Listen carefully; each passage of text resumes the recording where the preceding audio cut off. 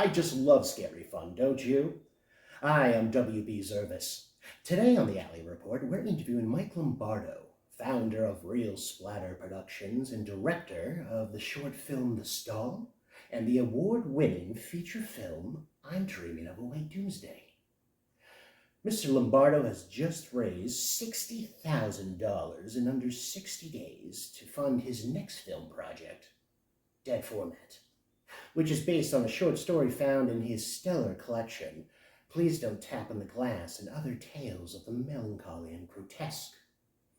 So, without further ado, I give to you episode 11 of the Alley Report with Elford Alley. Enjoy. Welcome to another episode of the Alley Report, part of the Service Department. Today we are going to talk to Mike Lombardo. He's written the short story collection, Please Don't Tap on the Glass. He made the film I'm Dreaming of a White Doomsday, and he just had a successful Indiegogo for his new film, Dead Format. And you're 100%, you're 102% at this point? 103, actually, I believe at the moment. Yes. Yeah, which is super exciting. Yeah, and you got an actor signed on to it, so it's Yep, we got Damien Maffei from The Strangers Pray at Night and Haunt, and I'm Dreaming of a White Doomsday. He played our dad, so yeah, we have him coming on as our Reaper killer, and possibly another role, but we're still trying to figure that out yet. I'm not sure, but very excited to have him back on board. awesome. I'm glad it made. And also, and I love that it's adapting a short story of your own, because I feel like every writer has like their stories that are like, this would make a great movie, and you went out, you're like, no, it is, and I'm going to do it right now. Yeah, well, I'm Dreaming of a White Doomsday was also a short story that's in that same book. So that was, I was like, I can just keep making short stories into films. That's my jam, I guess. But Dead Format was by far the most popular story in that book, and like for years, people were like, you got to make this into a movie. And I was like, yeah, what the hell? Finally, I'm like, I'll do it as a short film.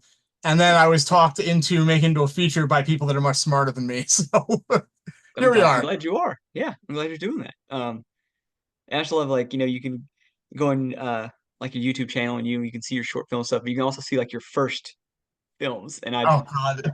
feel like Yeah. I feel like that's very brave of you. I have it right here. The video Dead is on my VHS tape. Yeah, we did that for, I think it was the 50,000 or no 50% milestone for the campaign. I said, if we get to that, I will post my first ever short film that I shot when I was like 13 on VHS. And I didn't think anyone was going to watch it, but a couple thousand people already did. And I'm like, fuck, I really shouldn't have posted this. I mean, but it's fine. Like, I watched it for the first time in like 15 years, and I'm like, this isn't as awful as I remember. It's okay. Yeah, I think the movies I made in middle school, like early high school years, I think I'll keep those buried. Yeah, that's what I was like. I'm impressed. I'm very impressed. I was anticipating this collecting dust for the next 20 years. But and it was cool though, is the camera that we shot that on was my old VHS camera I got for Christmas when I was like 10. And I actually dusted that off, got it working again. We're going to be using that in Dead Format. Nice. We're actually filming some segments, some home video footage for the movie, and we get to use that, which I think is really cool, because I always said this was going to be like, I was going to use this camera to shoot my first real movie, and this is my second real movie, but it's better late than never. Yeah, it's awesome. It's like reaching out to past you, like, hey, we did it. Like, yeah, you have to be part of this some weird way. Yeah, that's how it feels. It's a weird, like, it's like a time loop, like, coming together. And so much of the movie is about nostalgia and that age, like when I was that age and everything. So it fit very nicely together for me. I'm like, okay, this is a good time to bust out the old VHS camcorder again. Yeah, I mean, this is also like the 90s are that's the thing. It was the 80s for a while. Now we're into the 90s nostalgia. Yep, absolutely. It's a weird transition to see people. When I used to be a manager at Target, and I saw windbreakers that we were selling and fanny packs and all this stuff, and I was like, what? All my employees were all younger than me, so they're just like, man, this stuff is really cool. And I was like, I'm having PTSD flashbacks right now. Yeah. I was like, I can't. There's too much tie-dye in here right now. I can't handle this. Like, and when you wrote your collection, as you were writing it, were there any things you're like, I am going to adapt this one day? Was it ever on your mind as you're writing it, or did you keep that kind of separate from your filmmaking? I definitely was thinking that because when I'm writing prose, I'm always thinking about it as a movie. So dead format of all the stories, that was definitely one where I'm like, this would make a great movie. As I was writing it, I was thinking that. So that was like, I was gonna do it as a short film, like I said. So that was actually in the works for like 7 years. About like I'm gonna do this, and just kind of collecting props and casual. I like to percolate on projects for very Yeah. long periods of time, and then I have an explosive burst of productivity, and that's where we're at now. But there's a couple other stories in there that I think I would consider adapting. There's one in there, Weekend at Escobar's. We're actually making fake video covers for a lot of those stories in the movie at the video store. But Weekend at Escobar's is a story that I would love to see as a movie, but I don't know that I would want to direct it. So it's like half like dark crime thriller, but then it gets into like horror territory, and it's super super super personal and awful and disturbing and very very sad. So that's the part I would love, but like the whole like selling drugs part, that's just not my like wheelhouse, like making something like that. So I don't know that I would be able to pull that shit off, but Yeah.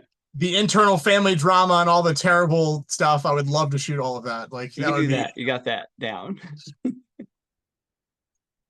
Um, oh, also one thing, like, you talked about your films and your writing, but also Cinnabun. I love oh man. I Yeah, love Cinabun was it was a web comic. It actually started as a joke on my way to a convention, like literally almost 20 years ago. And I was joking that the cast of Hellraiser gets recast for the Hellraiser remake, which now it's not even a joke anymore. It actually happened, yeah. but um that the Cenobites get recast so they're forced to get normal jobs. So Pinhead gets a job at the mall working at Cinnabun. And it was just this, we were driving to like a 5 hour drive to this con, and I had pitched so many scenarios on that trip, and it was just a running joke for years. And I'm like, you know what, we should make this as a web comic. So I teamed up with Chris Enterline. It's an artist buddy of mine, and we did 3 issues. I had 6 written, and it was actually a full arc. It was called the Cinnabun, the Sweet Sweet Suffering was the first arc, and then Cinnabon Tales from the Food Court was the second arc that we never did. That I had those scripts too, but basically the webcomic, all of Pinhead's dialogue is direct quotes from the movie that is repurposed to Yes. be about selling cinnamon rolls. And like it got really popular, and then we just kind of fell off doing it. It was just hard to keep up something weekly, and Chris got busy with Yeah. gigs. So I would love to finish it one day, because the way that it ended or what I had was hilarious. And like, because basically it was about, like, as I was looking back on it, it was just supposed to be like a funny, like, I love Hellraiser. I'm obsessed with Hellraiser. I don't like Hellraiser. I love Hellraiser. So I'm like, oh, this would be like a fun, like, goofy fan project. And then I realized I was actually writing about my 17-year stint working in food service as a manager at a pizza shop. And it was just about this character having an existential crisis because he's forced into this terrible job when his true calling is something that he can no longer do or is not able to do. Yeah. It's miserable. And I was like, wow, this is about me, but it's about Pinhead selling cinnamon rolls. So like the last issue we did is literally just him coming home to his apartment and That's my staring favorite in one. holding with his apron. And he says, please, no tears. That's my favorite. That's why it's like I'm torn. I love it so much. I want to see you make the rest of them, but also that's the perfect ending. That's perfect. Like him just, please, no tears. I had there was the cover. We were gonna, like, I had big plans, I wanted to do like a whole, like, make a trade paperback out of it and stuff. The cover art that I wanted to do was Pinhead sitting on the toilet in like a bathroom stall holding a Sharpie, and written on the stall wall it says, help me, or I'm in hell, help me. Somebody's holding the marker like he graffitied it, and that was the moment that I realized I was writing this about myself. And I'm like, man, this is really not what I expected it to be. But it was a blast to do, and like we started getting a lot of traction, and we actually went on the Cinnabun Taste Our Pleasures tour. So every time I went to a film festival or a convention, we printed out 11 by 17 like cardstock copies of the first issue, and we went to every Cinnabon we could find on the way to the show, and we would sign them and talk to the staff and get them to hang it up. So there was like 7 states that had these Cinnabon or Cinnabon like posters hanging up in their store, and they thought they were hilarious. So we got lots of free cinnamon rolls too, which is pretty cool. That's awesome. Yeah, and I feel like I was never in food service, but I was in retail for years, and I feel like that's that. It's very similar. Yeah, there's like I've told people that I had to learn to like people again.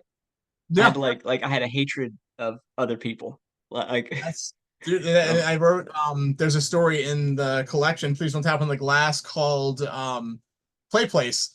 And it's about a kid who is in high school and he's working at McDonald's trying to save up money for college, but he doesn't really know what he wants to do with his life. He's like, do I want to go to college? Do I not? And it ends up being the zombie apocalypse, and he's trapped in the play place during it. So, but the whole story, again, super silly concept, because my buddy was working at McDonald's at the time, and I'm like, oh, this will be funny. Because he was cleaning the play place one day, and I'm like, man, that looks shitty. Wouldn't it be funny if, like, because the zombies wouldn't be able to get in there because they're not coordinated enough to climb stairs and the ladders.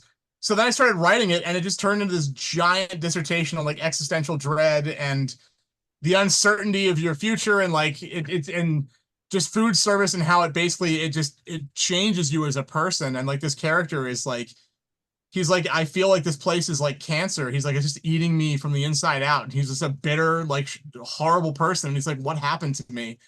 And that's what it was about. And I'm like, man, because when I'm writing, I always have like a silly idea. I'm like, this will be fun. And then I don't even think about it. And then stuff just starts creeping in. I don't know how it is for you, but I'm not planning on making this stuff just like so dark and personal. It just kind of happens. And I'm like, wow, I didn't even realize I was dealing with this until I started writing it. Like, wow, yeah, I should see a therapist. yeah. Anytime, most ways, like that's usually how it's like. Anytime I set out to write about, I'm going to write about this thing that hurt me or this traumatic thing. I get no traction. It's like you said, Mhm. writing about something completely different, and all of a sudden it's like, oh, I'm writing about this actually. Yeah, that's what Weekend at Escobar's was. Like the original, I was invited to an anthology called Real Dark, like a real film. And I was like, oh, movie theme stuff, this will be great. So I'm like, oh, I'm gonna do this Weekend at Bernie's parody about this like new drug that the cartel is gonna smuggle it across the border by stuffing a corpse with it, and they're gonna smuggle it across the border like Weekend at Bernie's style. It'd be funny as shit. But then the condoms break inside of him, the corpse, and then it leaks out and it's like a zombie thing. And then it just starts causing this giant zombie outbreak on the border. But then like the cartel is trying to get this corpse back because he's got like millions of dollars in drugs in him.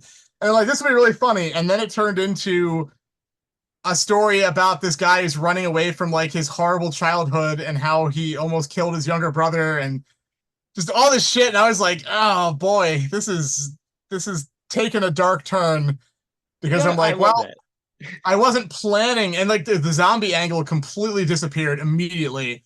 And I'm like, oh, I'm actually just writing about the time that I accidentally got hit in the face with a baseball bat from my brother and almost died.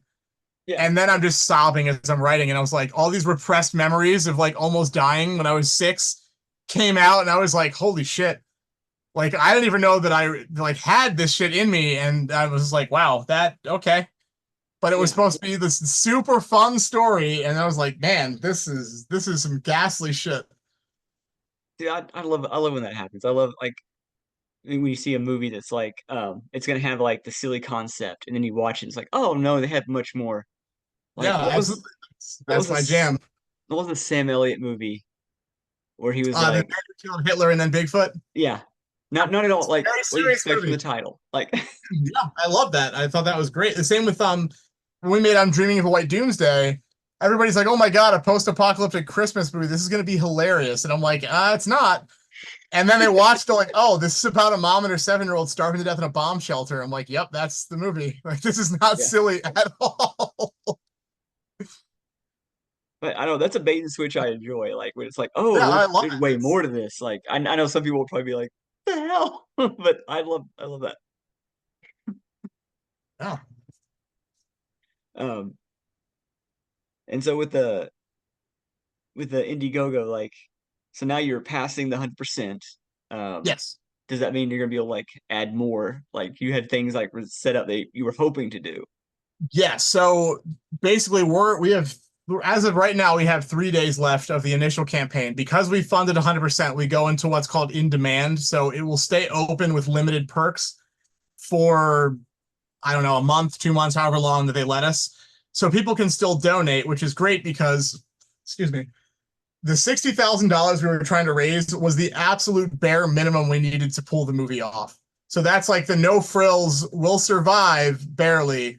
So now, if we already raised, like $1,500 over, that will give us more shooting days, which I wish I could say there was some grandiose plan, but it's just more time makes the movie better because instead of we have enough money to shoot for 14 days. If we can shoot for 16, 17, 18 days, then we can take our time and make sure everything is exactly the way we want it to be instead of it's good enough. We have to move on because we need to finish everything. So that time is the enemy of the independent filmmaker. So that's what we're doing with the extra money. It'll also improve the stuff I can do with special effects wise. I'll be able to get better supplies. We can afford better equipment. I have my big pipe dream goal, and I'll say it even though it's not official.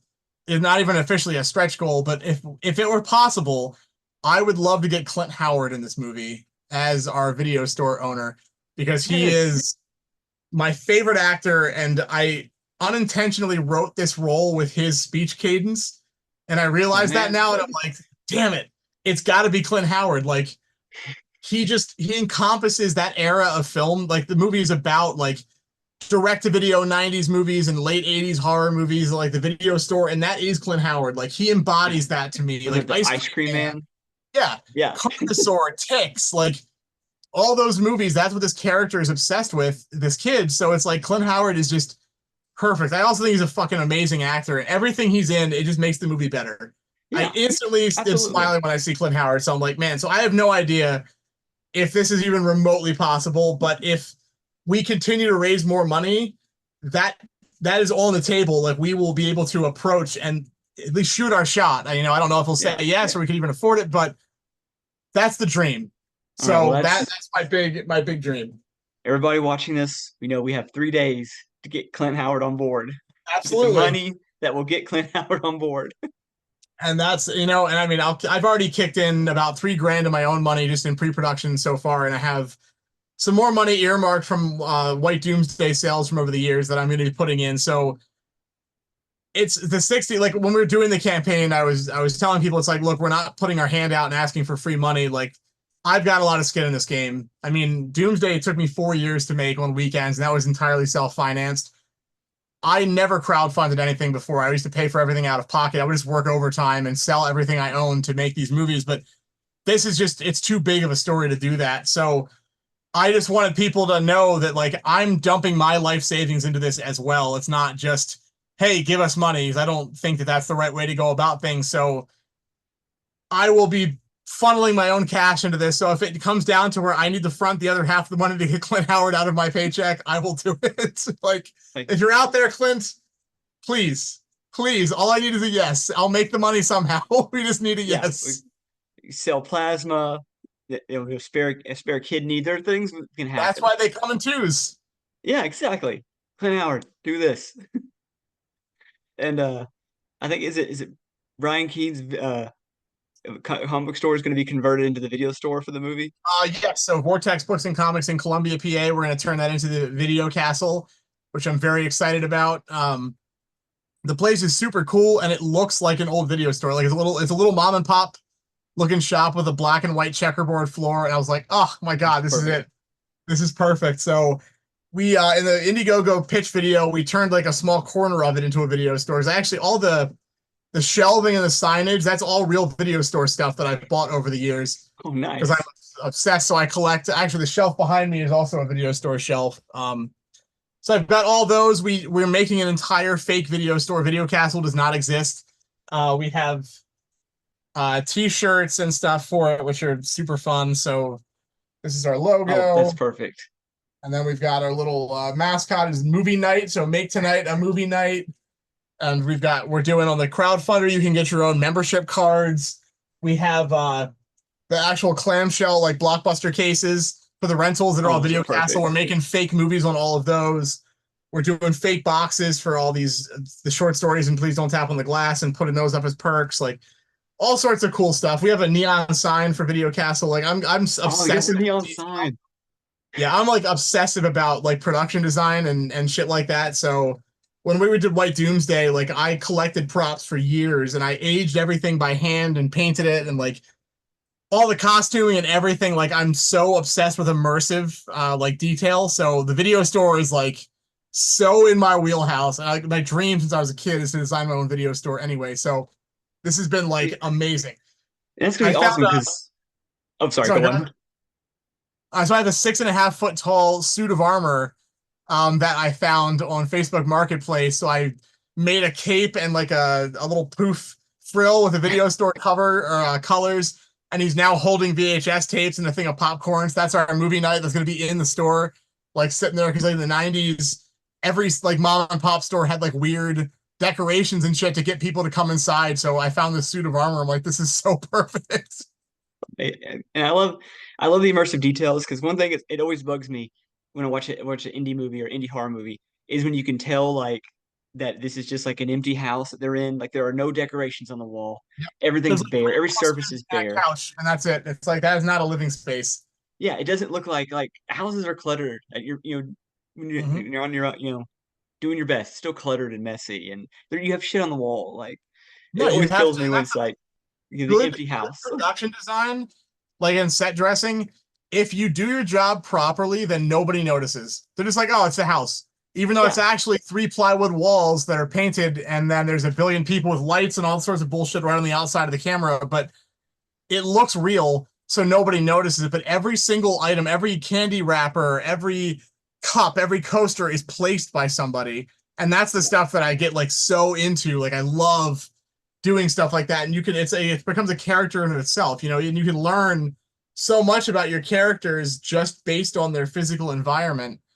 Like if somebody were to come into my house right now, they'd get a very good idea of who I am just based on the way things are, for better or worse. But like you need to do that in your movie. You know, you need to give your characters another like life, and that's part of it. And people they skimp on that all the time in indie films, and it drives me crazy. yeah. Indie films, I feel like a lot of like even stories, even writing, like loses those little details. Like Mm-hmm. I just finished Stephen King's newest short story collection, and it's always little details about people's houses, how they live, little details about the clothes they wear, and it's never like a let me stop and describe this person. It's just kind of piecemealed out, but like Yep. you clearly see it. Like and there's so much Yeah, absolutely. sometimes focus on like just plot. Okay, this happens, this happens, this happens. You don't take that time. I feel like it's Yeah, let sometimes it a breathe. difference. No, and that's something that I struggle with sometimes when I'm writing is I'm just like boom, boom, boom, boom, boom. It's like let it breathe. Give it some Yeah, time. Like you don't need to have something happening constantly. It's okay to like just meander a little bit. Like you think about the movies that you watch, like movies that you quote with your friends. Most of the stuff that you remember from a movie is incidental, like random nonsense that's just in yeah, between scenes. Someone has like an offhand line that you think is funny, and that's the stuff that is memorable. It's because it makes them feel like real people, and yeah, that's what you have to capture. So that's something that I try to incorporate. yeah. Which is fantastic. I'm glad you do. No empty houses you got from a realtor's friend. Like it's going to be a lived-in space. No Airbnbs for me. Yes, yeah. God, what was it? It was a really bad shark movie where a woman's hallucinating sharks that I watched, and it was in the most empty, bare house, and the whole movie took place in this empty, bare house, and she was supposed to be like a shut-in. And it's like a shut-in doesn't have a clean because they never leave No, it. they Like, piles of stuff. Yeah, absolutely. It's the opposite of what their house would look like. yeah, I don't like it was just bug like there's a lot of things that bugged me about that movie, but that was one thing that bugged me about that movie. Um, well, awesome. Well, thank you again for coming on here and doing this. Appreciate it. Of course. And yeah, and everyone out there, if you have, some spare cash laying around, give to the Dead Format Indiegogo. We got Clint Howard on the line. Like that Yeah, is what that's is on the line. free Clint. Hashtag free Clint. He's Yes, yeah. currently not free, but let's start a movement. We Afford need Clint more Clint Howard. Howard. I'm gonna start picketing outside of my local governor's office. We need more Clint Howard. I support this. We do. We do. It's what's missing from Indie Horror. Well, thank you Absolutely. again.